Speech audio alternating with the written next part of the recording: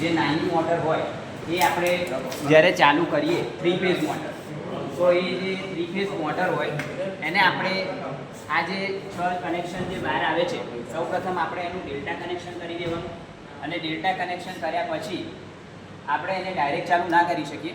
આપણે એના માટે આવું DOL સ્ટાર્ટર મૂકવું પડે. 3 HP સુધી DOL સ્ટાર્ટર યુઝ થાય, અને એનાથી વધારે મોટી હોય તો પછી આપણે સ્ટાર ડેલ્ટા સ્ટાર્ટરનો ઉપયોગ કરીએ છીએ.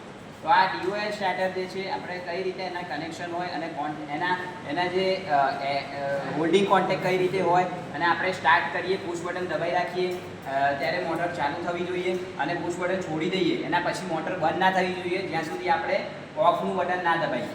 વેક્ટર એક ઓવરલોડ રિલેનો ઉપયોગ કર્યો છે, જેથી કરીને કરંટ જો વધી જાય તો ઓવરલોડ રિલે ડ્રીપ થઈ જાય, અને એની સાથે જે કોન્ટેક્ટમાં આપણે આઉટપુટમાં એની સાથે જે આપણે મોટરના કનેક્શન લીધેલા હોય એ પણ એની સાથે ડિસ્કનેક્ટ થઈ જાય. એટલા માટે આપણે ઓવરલોડ રિલેનો ઉપયોગ કરીએ છીએ. અને કોન્ટેક્ટર જે છે એની અંદર આપણે એનો કોન્ટેક્ટ છે એની સાથે આપણે હોલ્ડિંગ સર્કિટ બનાવીએ છીએ, અને એને આપણે ઇનપુટની અંદર જે આર ફેઝ આપીએ, કોઈ પણ એક ફેઝ એને આપણે OLR રિલેમાંથી લઈને ઓન પુશ બટનમાં થઈને ત્યાર પછી આપણે એને A1માં આપવાનું, અને A1માંથી પછી L1માં આપવાનું, અને આના જે બંને એનો હોય એમાંથી એક એનોને આપણે A1માં કનેક્ટ કરવાનો, અથવા તો એક એનો A1માં અને બીજા એનોને આપણે જે સ્ટાર્ટ પુશ બટન હોય, જે ફેઝ આવ્યો હોય સ્ટાર્ટ પુશ બટન જે હોય બરાબર, એને આપણે શું કરવાનું, એના જે ઇનપુટ હોય એમાંથી એક છેડો લઈને આપણે એનોમાં નીચે આપી દેવાનું, અને એના જે આઉટપુટમાં જે બીજો એનો હોય, આઉટપુટનો જે છેડો હોય બરાબર, એમાંથી લઈને શેમાં આપી દેવાનો, A1માં આપી દેવાનો, અને A1ને આપણે L1 સાથે કનેક્ટ કરવાનું, અને A1માંથી બીજો એક છેડો લઈને આપણે એનોમાં નાખી દેવાનું. જો એવું ના કરીએ તો શું થાય, આપણે જો એનોના કોન્ટેક્ટના કનેક્શનો અધૂરા રાખીએ અથવા તો એ કનેક્શન ના કરીએ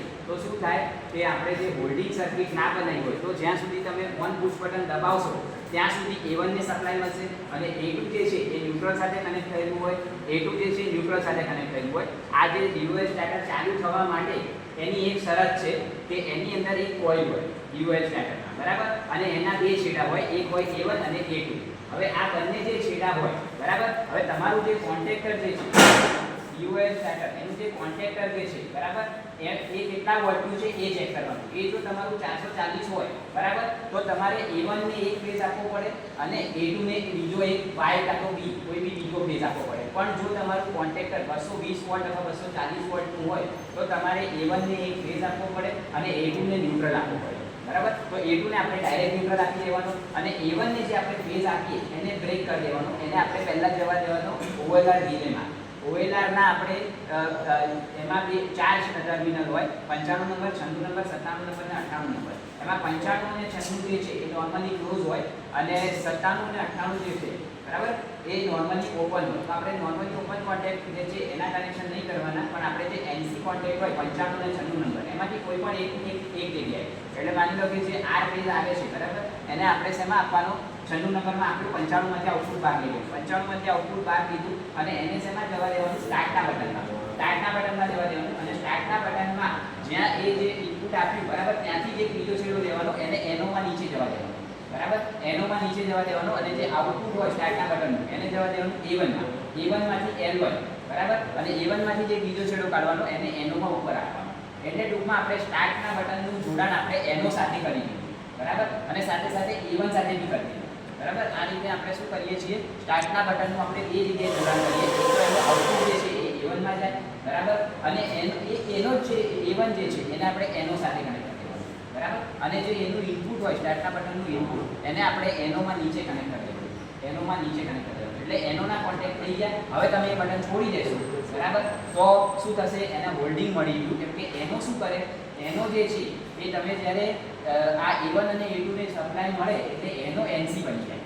એનો શું બની જાય, NC એટલે નોર્મલી ક્લોઝ, અને એ ક્લોઝ થાય એકવાર બરાબર, પછી જ્યાં સુધી સપ્લાય તમે બટન છોડી દો બરાબર, એટલે A1 અને A2 ને સપ્લાય મળે તો હોય એટલે તમારું જે ચાલુ હોય બરાબર એ પછી બંધ ના થાય, એનું હોલ્ડિંગ બરાબર. એટલે આ રીતે આપણે હોલ્ડિંગ સર્કિટની આની અંદર શીખવા મળે છે. અને નાની મોટરો હોય એમાં આવા ડાયરેક્ટ ઓનલાઈન સ્ટાર્ટર વપરાતા હોય છે. તો એની અંદર એક જ કોન્ટેક્ટર અને એક જ ઓવરલોડ રિલે અને એક સ્ટાર્ટ બટન, બસ આટલાની જરૂર પડે બરાબર, અને આપણે આપણું DOL સ્ટાર્ટર બનાવી શકીએ છીએ. હવે વિડીયો પોઝ કરી દો. અહીંયા આપણે મોટરના બદલે લેમ્પ કનેક્ટ કર્યા છે અને લેમ્પને આપણે લેમ્પનું ડેલ્ટામાં કનેક્શન કરેલું છે. તો જ્યારે મેઇન એમસીબી જેવી ચાલુ કરીએ અને જેવું સ્ટાર્ટનું બટન દબાવીએ એવું તમે જોઈ શકો છો આ બધા બલ્બમાં જે છે એ એક સરખો પ્રકાશ આપે છે, કારણ કે આ ડેલ્ટા કનેક્શન છે. પરંતુ જો સ્ટાર કનેક્શન કર્યું હોત આપણે, બરાબર, તો આપણને કેવો પ્રકાશ મળત? આનો પ્રકાશ જે છે એ ઓછો થઈ ગયો હોય, બરાબર. કેમ કે સ્ટાર કનેક્શનમાં શું થાય છે? કરંટ ઓછો મળે, વોલ્ટેજ પણ ઓછો મળે અને એટલા માટે સ્ટાર કનેક્શનમાં પ્રકાશ કેવો આપત? ઓછો આપત, બરાબર. તો આપણે આ ડેલ્ટા કનેક્શન કર્યું છે, આવી જ રીતે આપણે સ્ટાર કનેક્શન પણ કરી શકીએ છીએ. પણ હાલ આપણે ડેલ્ટા કનેક્શનમાં જસ્ટ ખાલી ચેક કરીએ છીએ. તો જે છોકરાઓને ના ખબર પડે જરાક આની અંદર પૂછી લો પ્રશ્ન, અને જે કંઈ બી પ્રશ્ન હોય પૂછી લો. સેમ આપણે આ બલ્બ છે એને આપણે સ્ટારમાં પણ કનેક્ટ કરી શકીએ અને આને આપણે સ્ટારમાં પણ ચાલુ કરી શકીએ.